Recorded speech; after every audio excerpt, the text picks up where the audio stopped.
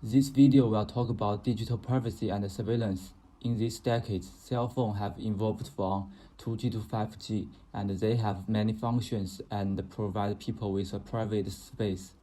Social media and apps like Twitter, Facebook, and Instagram, these internet companies get the benefit from mobile age, so they are growing fast, making our life easier, but also raising concerns about privacy and surveillance. Digital surveillance is so common that it has become an ethical and legal issue. Privacy is not just about secrets. Personal information of users like cell phone numbers, address books, and even live footprints can be seen as privacy. Users have to trade their privacy for convenience. I often experience monitoring in Vancouver.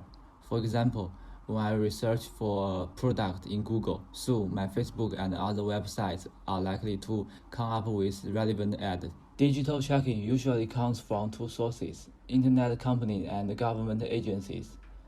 Social media is always spying on individuals because individuals upload their relevant information to the platform, and the platform always knows what we do. In details, users always allow the platform to record their geographical address or view the address book, like Facebook always give us the accounts. Many internet companies like Google and Facebook, advertising is their main revenue, collect users' profiles and sell the data to advertising companies, which can place ads that fit the users based on big data. In 2018, the media reported that 10 million of Facebook users' information was accessed and used by political data company Cambridge Analytica without their allowed to deliver relevant advertising content to those users. It helps the 2016 Trump's team run for president of the United States, and Facebook did not disclose this information in time, even though it knew about this incident 2 years ago. The Canadian government also checked citizens. Canada built communication security establishment in order to filter online activities, to hunt down and prevent potential attacks. The government recognizes CSE collects and analyzes various types of metadata. According to its mandate, CSE is not allowed to target the private communication of Canadians, although metadata can provide specific information about individuals' activities already. In the Privacy Act, it rules that collection is to be limited to personal information directly related to operating programs or activities. It uses the word limited rather than prohibit. The topic first became important in 2013.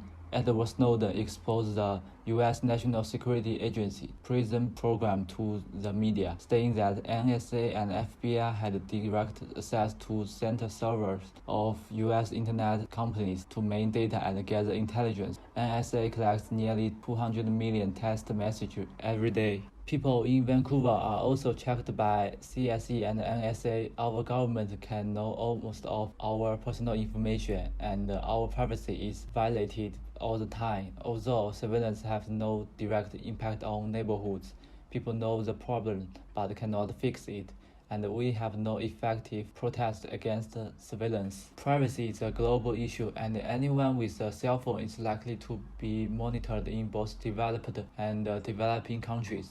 Internet companies will check users' information to make money and expand their potential markets. The people in Canada are also under the surveillance. People's privacy has been broken, and we are not sure the danger of our privacy be revealed. Surveillance affects Canadian democracy more than it affects Canadians' daily lives.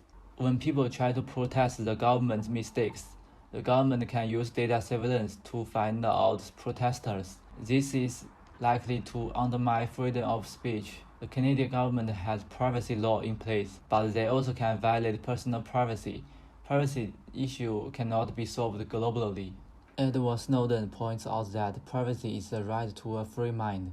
Without privacy, you cannot have anything for yourself. Saying you don't care about privacy because you have nothing to hide is like saying you don't care about free speech because you have nothing to say.